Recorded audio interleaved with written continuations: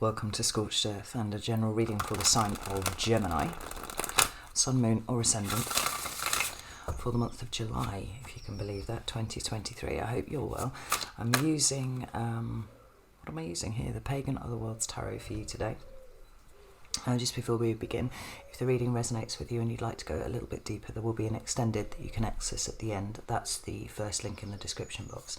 Second link in the description box is to my private community, the Order of the Phoenix, over on Circle.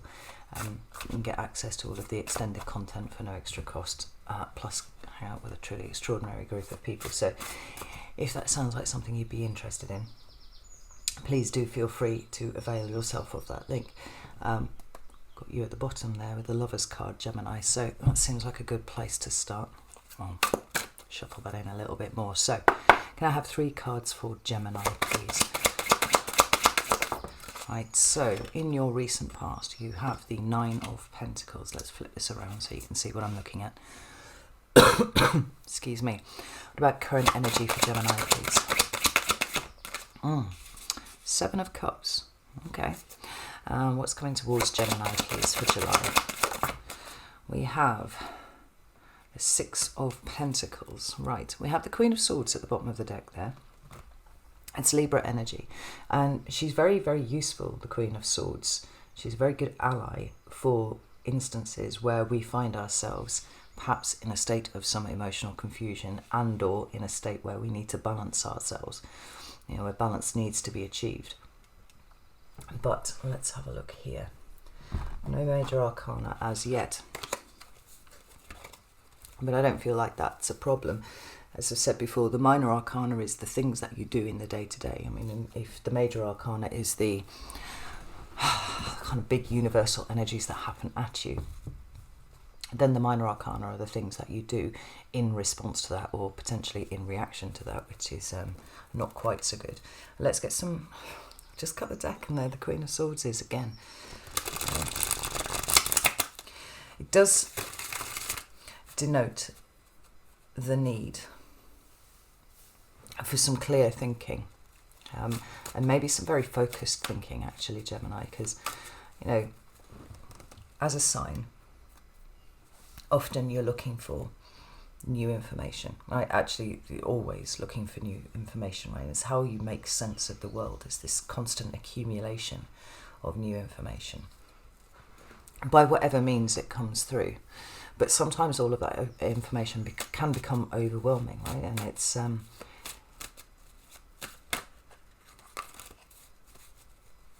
a case of there being far too much of it to be able to scrutinise properly, and so the Queen of Swords, being that energy of discernment and scrutiny, is a very welcome addition to the table. So let's get some clarifiers out here anyway. So that's 9 of Pentacles. Thank you. We have the 8 of Swords. All right. And we have the Justice card. More Libra energy right there. So that's 7 of Cups. We have the 10 of Pentacles.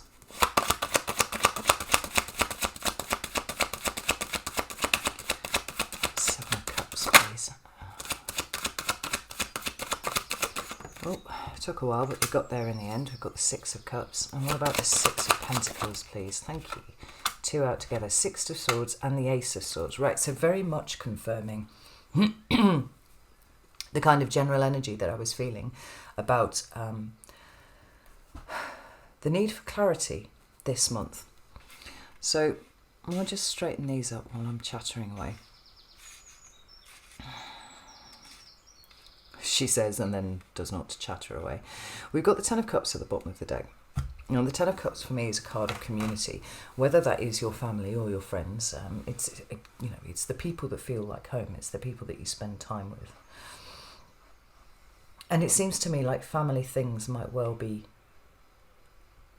being the thing that needs to be scrutinised for you this month, right? The area where a little bit of objectivity may be required. What do we have underneath there? The 4 of Wands. So very much the home situation.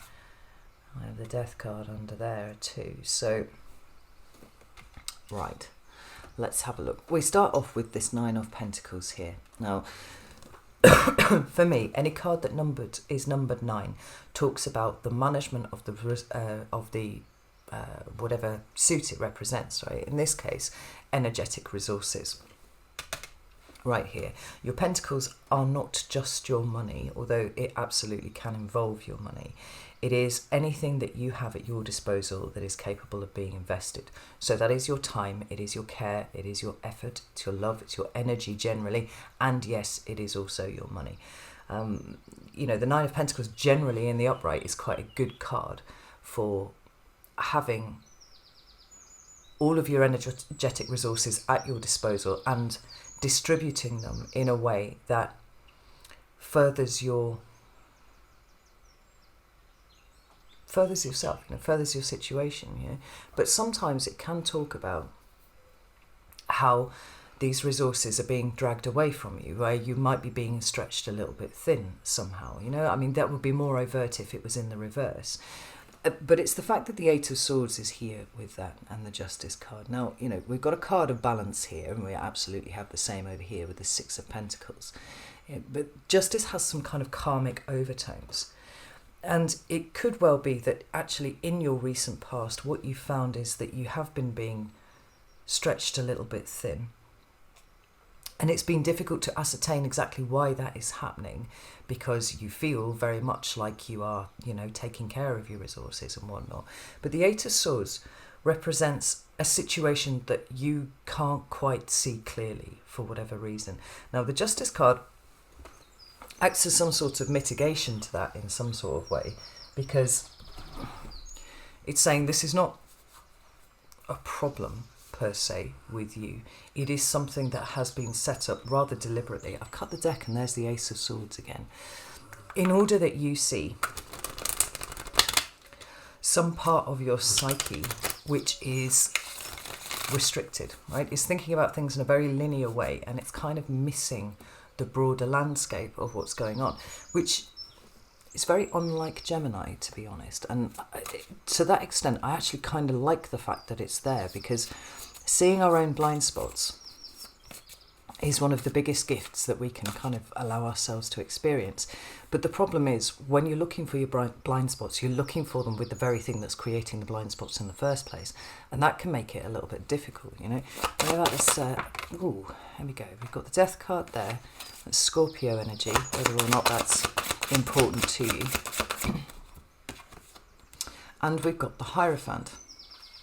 So we have Taurus energy too. Interestingly, these two signs here share an axis on the zodiac, so it's the exact opposite sign, Scorpio and Taurus, and the lunar nodes I think have just moved. I'm sure they did it in June, right? They moved from Taurus North Node, Scorpio South Node to Aries North Node and Libra South Node.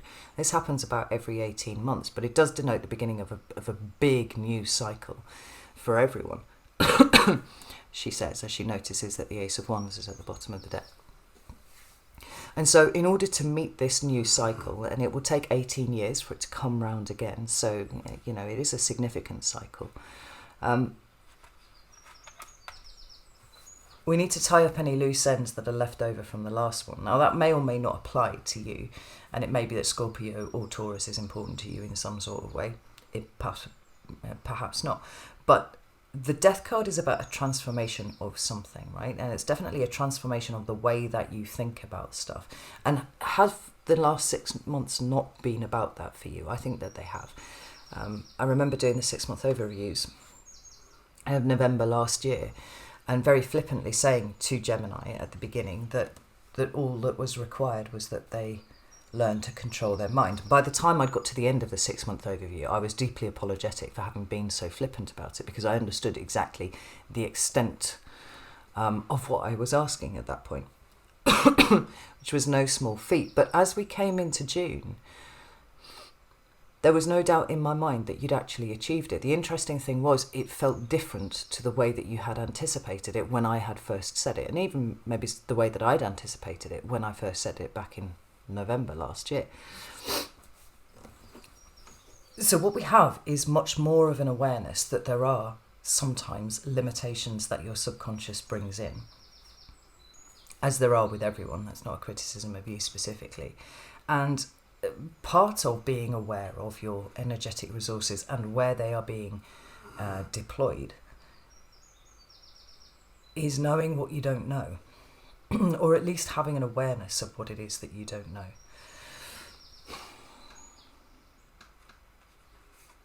The Hierophant for me talks about often what you have inherited, whether that's from your parents, whether that's from society, it doesn't really matter. Either way, it's formulated a part of your thinking. And then correspondingly, it is what you release out into the world. And these three major arcana cards suggest to me that your birthday season was really quite illuminating for you in helping you work out what it is that you don't know. Or at least work out where your brain employs a lot of heuristics, right? A lot of these shortcuts to get to the answers. Sometimes that's the right thing to do, but sometimes there's something vaguely deceptive about the way that your brain does that.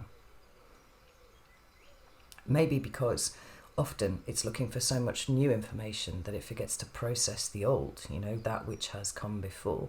And this transformational energy, in addition to the Justice card, which is very much about the leveling of the playing field, right? Bringing everything into balance. But certainly with these huge karmic overtones, which is why I brought in the lunar nodes there. Being completely overhauled, perhaps so that this new cycle can start with the best possible chance that it's got. But when we move into your current energy, what we've got is a state of confusion about something. Now we've got the Ten of Pentacles here and the Six of Cups. This again is another card of the family. You've got two cards here that not only represent culmination, which they do because they're numbered 10, but they also represent happy family. Again, it seems to me like community is very much on your mind, Gemini, here. And whether it is, like I said, family, or whether it's your friends, it's your social circle, possibly. When we talk about the tens, right, everybody talks about the fact that they represent completion and they're on all that sort of stuff. But it's only really in the Ten of Wands and the Ten of Swords that people are happy for it to be the end of a cycle. And because they represent challenge and burden and all those kind of things, right? That which is uncomfortable. And so everybody welcomes those cards in because it's like, whoa, we've got to the end. I don't hear people talking about the Ten of Pentacles and the Ten of Cups in the same way. And generally that's because they represent, like I said, the culmination, the thing that everybody is working towards. When we see the Ace of Pentacles and the Ace of Cups, these are very exciting because they lead inexorably to the Ten of Cups and the Ten of Pentacles. But nothing is static. Everything changes. And so I wonder here if what is being kind of rattled free a little bit, because that's what these cards seem to suggest to me, that something is being rattled free, is something that you would rather hold on to. And yet you're being called in some way to either reassess or certainly get much more clear on how you view the collective, the community. The Six of Cups represents the past. Now, that can be, your distant past, like your childhood. It doesn't tend to be recent past. It tends to be quite distant. Or it can represent past lives. It can sometimes represent soulmate relationships. And what we've got here is an increasing emphasis on what has reached the end of the line and what is being brought up in you correspondingly as a result. Because they're things that you would rather hold on to. These are not ends of cycles that you're like, whew, I'm glad to see the back of that. Like, there seems to be something quite needling about this for you, which is resulting in some level of confusion. Now, the Seven of Cups follows on directly from the Six of Cups. It is a process that we must move through.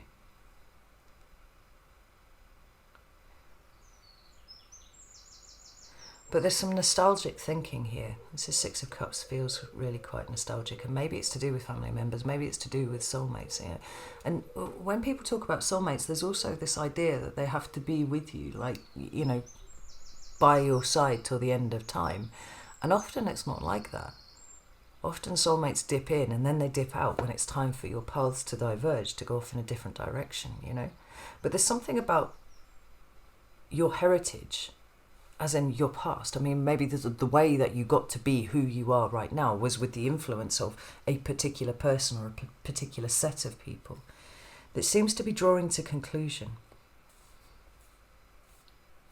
And you don't quite know how you feel about that. Right, tell me about these two cards here. Yeah, so we've got the King of Pentacles here, which is Taurus energy. We've got the Ace of Cups, and we've got the Star. Now, it seems to me that space is being created for something new, something a little... Oh, got the Three of Cups at the bottom of the deck here. Got this Taurus energy again.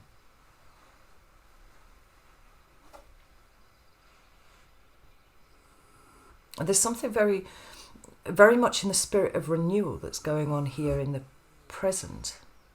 And it's almost like you can see the benefits of it. You can see why it is necessary, right? The star represents, in amongst other things, the future and connection and these sorts of things, you know, quality of connection possibly.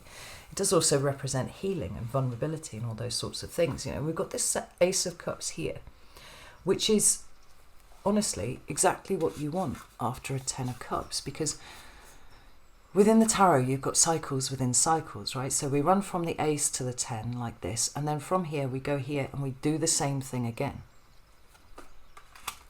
Well, unfortunately, sometimes, like I said, we try and hold on to the Ten of Pentacles, we try and hold on to the Ten of Cups as a static concern.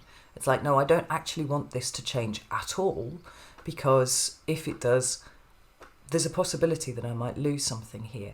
And so we're kind of getting into the realm of attachment and why this is so difficult for you. There's that Aquarian energy, which is kind of detached and absolutely what is necessary when you're allowing yourself to grow and evolve, and certainly move past things that you would rather keep close. And it's coming by way of the relationship that you have with yourself because of this Ace of Cups here, right? When we talk about the Ace of Cups, like all of the aces, we're talking about the potential that has to turn into, ultimately, a Ten of Cups. It's creating space for new community to come in. And whilst it is absolutely understandable that you would be kind of resistant to changing the established order of things, we've got the Three of Cups, the Page of Swords, and then the Six of Swords sitting beneath that. Now, the Three of Cups is your, you know, it's your people, it's your emotional support network. But the Page of Swords says you're looking at things differently.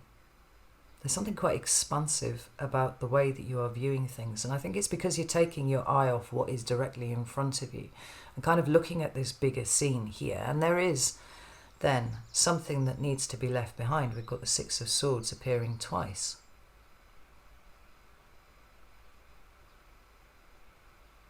The problem is, although you understand that it is necessary, it doesn't feel like it's something that is particularly comfortable for you. But then in terms of growth and that sort of thing, that's exactly what the universe requires of you, is to make yourself a little bit uncomfortable so that you can embrace the new, right? But what we've got in the Ace of Cups, like I said, is the potential of a whole new Ten of Cups experience that is getting better and better.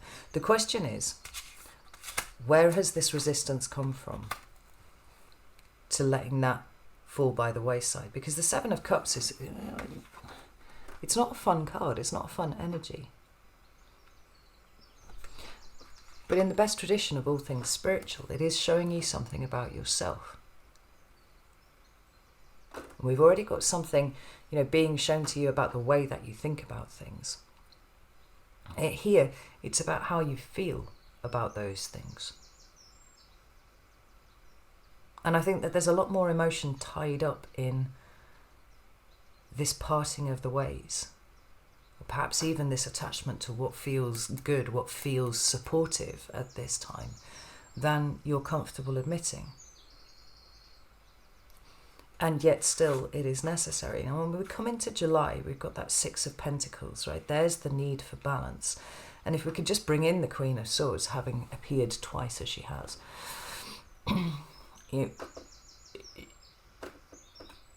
she helps you process. She helps you make sense of things. And I was talking about the Queen of Swords in terms of testing the veracity of information that is brought to her door. So, we've got you testing the veracity of whatever attachment you have to a particular group, a particular set of people. But maybe it's even a particular view of what the best of this can be. When we're at school, right, those relationships make all the difference, right? The ones that we have. And, we get our best friends and it seems like we will know them forever. And it's exactly how I felt when I was at school. When I finished my GCSEs, I was so desperate to get away from the, frankly, kind of oppressive atmosphere of the girls' grammar school that I was at, and I elected to go to a college about 35 miles away instead. And when I got there, I made a whole new set of friends, obviously, as you do. But it struck me that those people that I thought that I would know for the rest of my life actually just represented the least worst of what was available. To put it bluntly, that was what it was. You found people who had more or less the same interests as you, and then you hung out together for a while. Now, as it happened, my interests were a little too eclectic to fit into one group, so I tended to flip between two different social groups, more or less. But as I got older and I started having different kind of friendships, right, you could draw a line, a very clear line, that divided those who represented the least worst of what was available and those who actually were for you, right? The ones who actually brought a ton of value to your life rather than mitigating the dross of, school or work or anything else. Now, that's not to say that those relationships did not have value at the time. Maybe even the social groups that you were working in. It could be even something, much more established than that. We do have that Hierophant after all, so it could be, established structures of, religion, a particular church that you go to. It could be a coven that you happen to be a part of. All of it. Take it as it resonates to you. They provided the value that they needed to provide at the time. But there comes a point where you have to move off in a different direction, and that different direction is not supported by what currently represents the best available to you. And in some ways you have to kind of take the leap. You have to trust that there are a whole new set of people out there. I don't know if any of you are familiar with the comedian Tim Minchin, but he did a song dedicated to his wife called One in a Million, something like that. And it was absolutely hysterical because he said she was 1 in a million, but then pointed out that there were like 7 billion people on the planet, so there were at least 7,000 other people or something like that, that would also be a perfect fit for him. If you haven't heard it, you should go and listen because it's hysterical. And that's something worth bearing in mind. The people that you have right now might feel like they're 1 in a million, but on the new path that you find yourself on, and everybody is starting on this new path now, we might find, very sudden and very unexpected 90-degree turns away from the collective group dynamic. Or even just, people who are in your close environment. And it's not just you that are pulling these off. It's going to be everyone, I feel. Like, you're the first sign that I'm reading for this month. And I do feel like we're probably going to see quite a bit of that. You know, the preceding month, June, I hope you had a lovely birthday season, by the way. I've never seen the zodiac so fucking ecstatic for Gemini season to hit. The first 6 months of this year have been a bit brutal for everyone in various ways. So thank you for alleviating the energy for everyone. Props to you. I've completely forgotten what I was saying. What was I saying? Yes, it's not just you moving off. I feel like everybody is going to be moving off in a direction, and there are going to be things that come to a close. And the question of how, you know, the extent to which you try and keep hold of those is going to be very important for you to consider this month, Gemini. Because not everybody's going on your path, and you're certainly not going on the path of everybody else. That can be difficult. But I think you could be making things difficult for yourself if you try to sustain things beyond what is their natural expiration date. You know, the Queen of Swords, she does help. She is discerning, but you know, one of the things that she does really well is excise that which doesn't pass the veracity test, if I could put it so bluntly. You know, like that she is kind of brutal sometimes in terms of what she will cut out because it doesn't serve us anymore. And we'll look at these swords down here. You're an air sign, so you know, plenty of swords doesn't really concern me that much with you, but you have the capacity to fall prey to the burden of too many swords, just like everybody else. And it feels like there's a clarification going on here for you. It's a cleaning up of your mental energy. You know, we started over here with this Eight of Swords, which is kind of clustered and kind of like, I don't know which way to turn. I'm feeling very trapped, right? But it's always that kind of linear thinking about something. Like I said, not really you, because you tend to think in a circle, I think, or like it's just constantly pushing at the edges of everything. But in one particular aspect, you've been thinking in a very narrow and very linear fashion. But we're actually stepping down the number of swords as we're going through. The Six of Swords is about movement. It's about taking yourself away from a situation towards the hope of something better, towards the promise of something better. It's quite a maudlin card, this. But we've got that sense that with the swords in the boat, we're taking what we need from this situation, but we ourselves are physically departing away from it. I mean, sometimes actually the departure has already happened, and it's about allowing ourselves to make sense of it enough that our brain catches up with where the rest of us is going.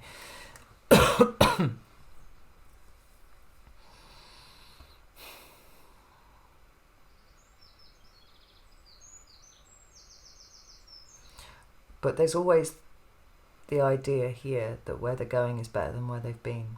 And I think that's where the sadness comes from. Specifically in this card.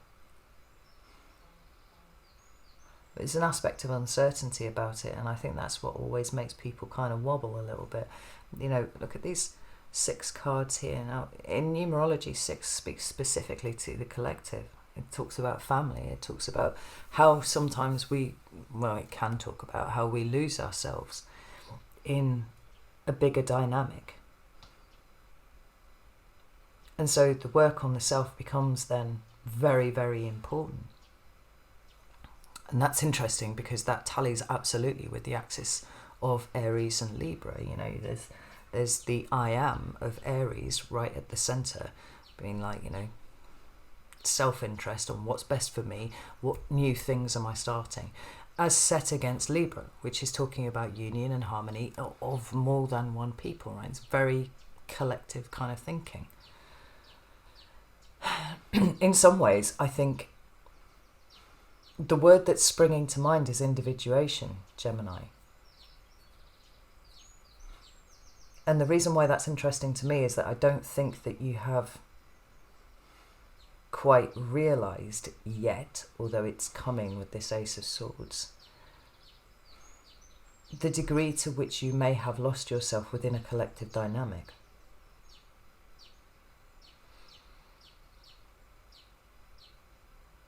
And this Ace of Swords represents a new way of thinking about stuff, right? It's an ace. It's a whole new cycle of thinking. It's a whole new way of interpreting the reality around you. It does talk about the light bulb moment, right? Epiphanies and all that sort of thing.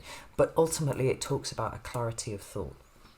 And this is why the Queen of Swords has only got one sword. It's why the King of Swords only wields one sword. It's like the clarity that we need to move forwards shows us that it is time to move on. And the Six of Pentacles is about a need for balance, right? A balanced response to the direction that the universe is taking you. Because it would be very easy, like I said, to try and hold on to these long past the date where they've been useful because of emotional attachment. That would be a knee-jerk reaction to something that I feel you probably are starting to feel develop anyway, and this is why you're confused about it. You know, tell me about Six of Swords and the, so we've got the Son of Wands there, which is the Knight, which is Sagittarius energy. Oh, look at this. Ace of Cups and the Ace of Wands. Now the Ace of Wands showed up for you earlier. New ways of doing things, new ways of living your life, right? But the Knight of Wands is also, a kind of self-interested energy. It's one that is capable of living in the moment, and we should pay attention to that, right? It's actually your opposite sign in the zodiac. There it is again, another axis. It's mutable fire, as you are mutable air. And the combination, I mean, look at this, fucking hell, Gemini, you've got three aces here, right? Air and fire together work very, very well. So what we've got is a new way of you thinking about things, and then we've got this kind of creativity and passion and ability to live in the moment, which is what the Knight of Wands represents really, really well. A kind of non-committal energy of going where it feels good. Coming together to create this huge inferno of a new start, but it seems to me that first you have to get yourself centered and level about what is ending in order that new things can begin for you. Because the card at the bottom of the deck there is the Sun, and it's the card of Leo in the major arcana, but it represents one's joy, one's happiness. It also represents consciousness. And there's a certain conscious energy about what you are being asked to look at here. So, if you have been confused in the current energy, if you're feeling pulled in one direction, but you know that necessarily means you're going to have to leave things behind that you've been trying to hold on to, then there will be that sense of being pulled in two directions. I'm feeling a little bit fractured, like I actually don't want to leave this behind, but I'm being pulled in this direction here. The best advice I could offer is to sit with that feeling and sit with what it is exactly that you're feeling here.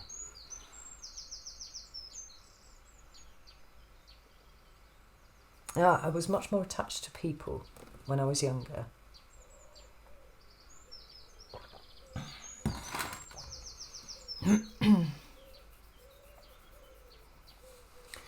Much more attached.